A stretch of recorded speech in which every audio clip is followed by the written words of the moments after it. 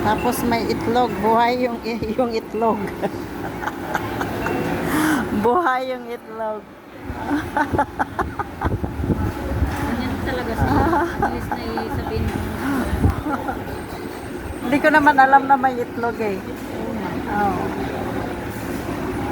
Next time alam mo na. Next time alam mo na.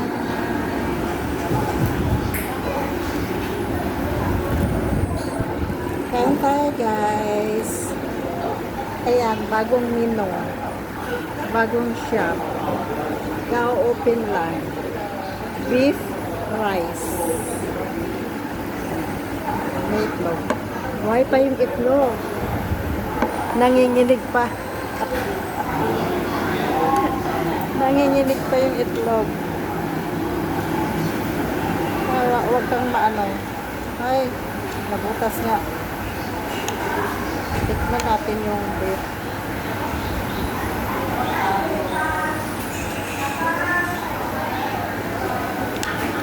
So wala na yung ano, yung naglalakad, yung ano, naglalakad na lakad pag ano, pag wala na, hindi na siya tapos nang magluto, naglalakad-lakad. Oo. Siya ba yung may-ari? Hindi naman. Sabi niya, ano, yun daw ang may-ari. Kaya, tagaluto siya, siya yung may-ari. Ano?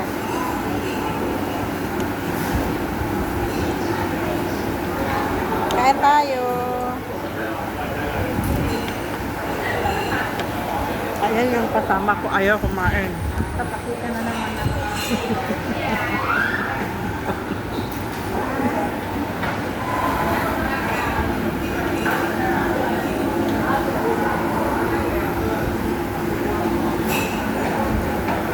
Ayaw niya kumain kasi kumain na siya sa kanila. Makapalang hiwa. Malambot siya. Nagugutom na ako kanina, kaya nga imbis na maliligo muna ako, nagluto muna ako ng pagkain ko.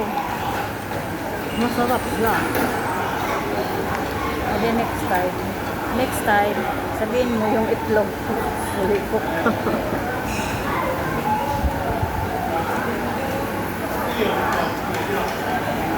Kasi diba sabi ko yung sushi,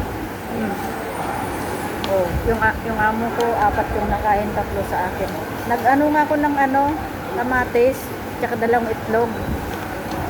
Nga, sabi ko hindi ka Nagluto ako ng makakunan. yung kamatis, tinanggal ko yung skin niya. Inano ko muna ng mainit na tubig para ma-feel yung skin niya. Tsaka yung buto-buto. Nilagyan ko isang kamatis, 2 itlog. O, kumain din yung amo ko. Yun ang sushi, itlog. Masarap siya guys. Bagong open na shop.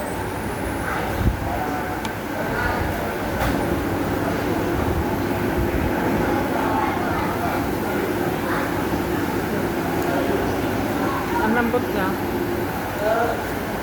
Tignan mo itong ayan o. Diba ang kamay is itong sa chicken, ayaw. Ang kinakamay is ito. Diba ang kamay is kakamain mo yung chicken, diba? Ayaw. Ito, ayan, pwede. So, saan yan ngayon? Ayaw naman dito. Siguro yun. Oh, tignan mo. Okay guys, thank you for watching.